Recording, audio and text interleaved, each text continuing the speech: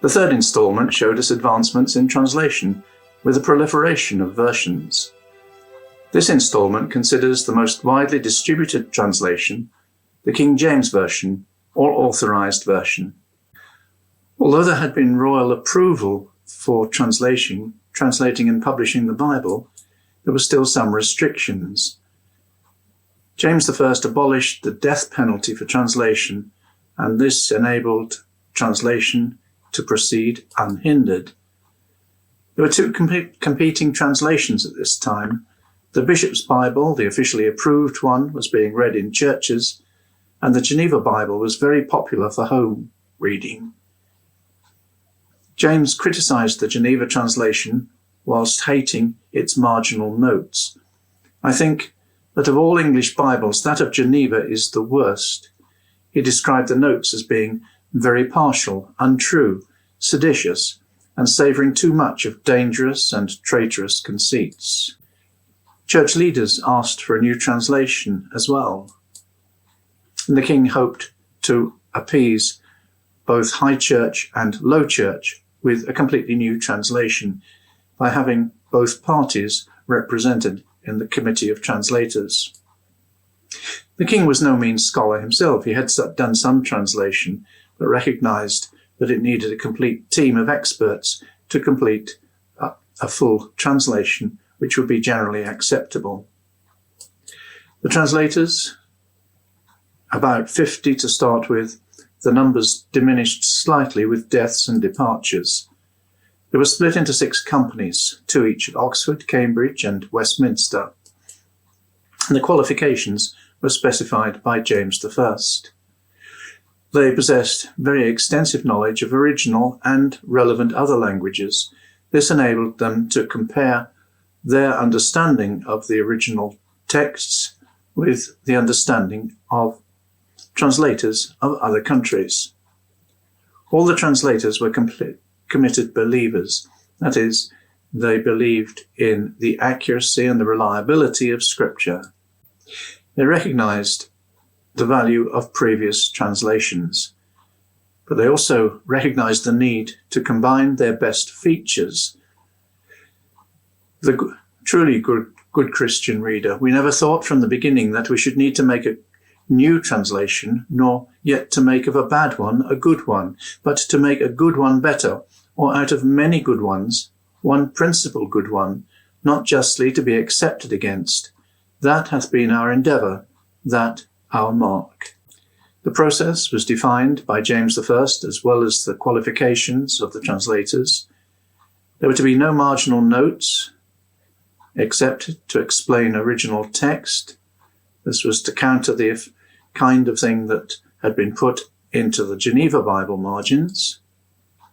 Official church vocabulary was to have preference, and it was punctuated to assist public reading.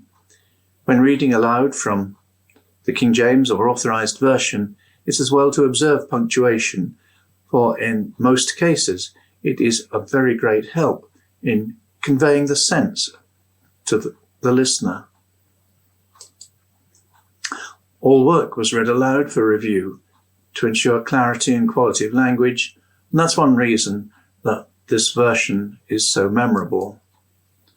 And all work was reviewed by other companies, so there was peer review there. The inclusion of scholars of opposing religious views ensured a critical review of every aspect, Puritans and High Church and much in between, and it's influenced the English language in both vocabulary and expression. David Crystal identifies 257 expressions from the Authorized Version and preceding translations still in use in current English. This then illustrates the sources used for the production of the Authorized Version. It uses every preceding English translation and a number of Continental translations. It goes back to the original Hebrew and Greek, as well as the Aramaic, and takes into account all available foreign versions.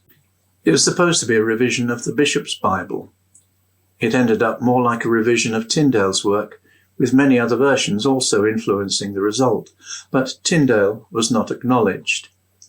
A 1543 Act of Parliament for the Advancement of True Religion took away permission for the use of any Bible other than the Great Bible, and specifically outlawed the writings of Tyndale, and a later act added Wycliffe and Coverdale. Tyndale's Bible was clearly and utterly abolished and forbidden to be kept or used. Here are some of its characteristics. It retains about 80% of Tyndale's Old Testament, 90% of his New Testament, and the vocabulary is biased towards Anglo-Saxon origin. Literary quality was included in the responsibilities of the translators, and it's had several minor revisions. 1769 was one of them. We'll come to those later. Before then, there was the Douay-Rheims revision of 1749 by Bishop Richard Challoner. It replaced many obscure Latinate words and made it somewhat more like the Authorized Version than it had been previously. John Wesley produced what he called his explanatory notes upon the New Testament in 1754. It was published as a translation based on the Authorized Version, with the text amended for improvement. It was influenced by ancient copies of the New Testament rather than the mainstream copies which Erasmus had used, and it's permeated by errors of Christendom where doctrine has been distorted. The two principal revisions, 1769 and 1873, one with Oxford and one with Cambridge. 1769 with Oxford, it's 1762 to 1769 with Benjamin Blayney. He went back to as many of the early editions as he could find. There was a problem that the material from the translators for the printers had disappeared completely. Nobody knows where it went, and with subsequent reprintings, errors had crept in, and names were given to some of these erroneous versions. One of the problems was that with movable type that was being used for printing, no printer had at that time sufficient type to set a complete Bible. What was happening was that a section of the Bible would be printed and many copies run off, then the type would be broken up and the next section would then be printed, and so it would go through right to the end of the Bible. If another printing was required, they had to go back and reset every section of the Bible, except perhaps the last one if they'd managed to retain the type that had been set for that. That's how errors crept in so easily. And then Scrivener, another revision in 1873, and this produced the Cambridge Paragraph Bible of the Authorized Version. He went back to early texts, early printings as early as he could, and he spotted some errors that Blayney had missed. There are some interesting Bibles that have been produced since the Authorized Version first came out. One of these is Bagster's Comprehensive Bible of 1827. It is the Authorized Version, a very large edition of it, with many marginal notes which were subsequently used in the Treasury of Scripture Knowledge. There's a great deal of background material on the Holy Land, and it summarizes every chapter.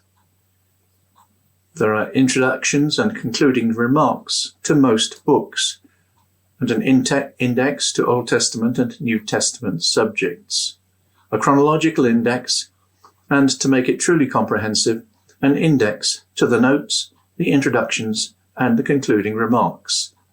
This was published by Samuel Bagster the Elder, Bagster's being a well-known publishing house specializing in Bibles and religious books. The Treasury of Scripture Knowledge was published by Samuel Bagster the Younger, in conjunction with his father, Samuel Bagster the Elder. Coming out in 1830, it was promoted by R.A. Torrey, and it had existed in some form at least 20 years earlier, and parts of that had gone into the Comprehensive Bible, and the Treasury of Scripture Knowledge itself was derived from the Comprehensive Bible and works by others.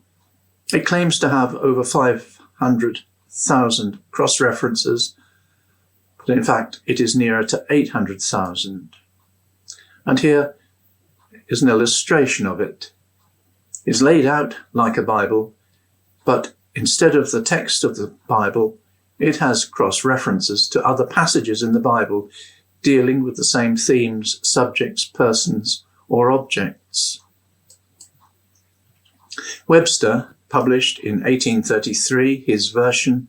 It was an amendment of the Authorized Version, and his reason for this was that it's relating to the Authorized Version. In it, there were some expressions so offensive, especially to females, as to create a reluctance in young persons to attend Bible classes and schools, in which they are required to read passages which cannot be repeated without a blush.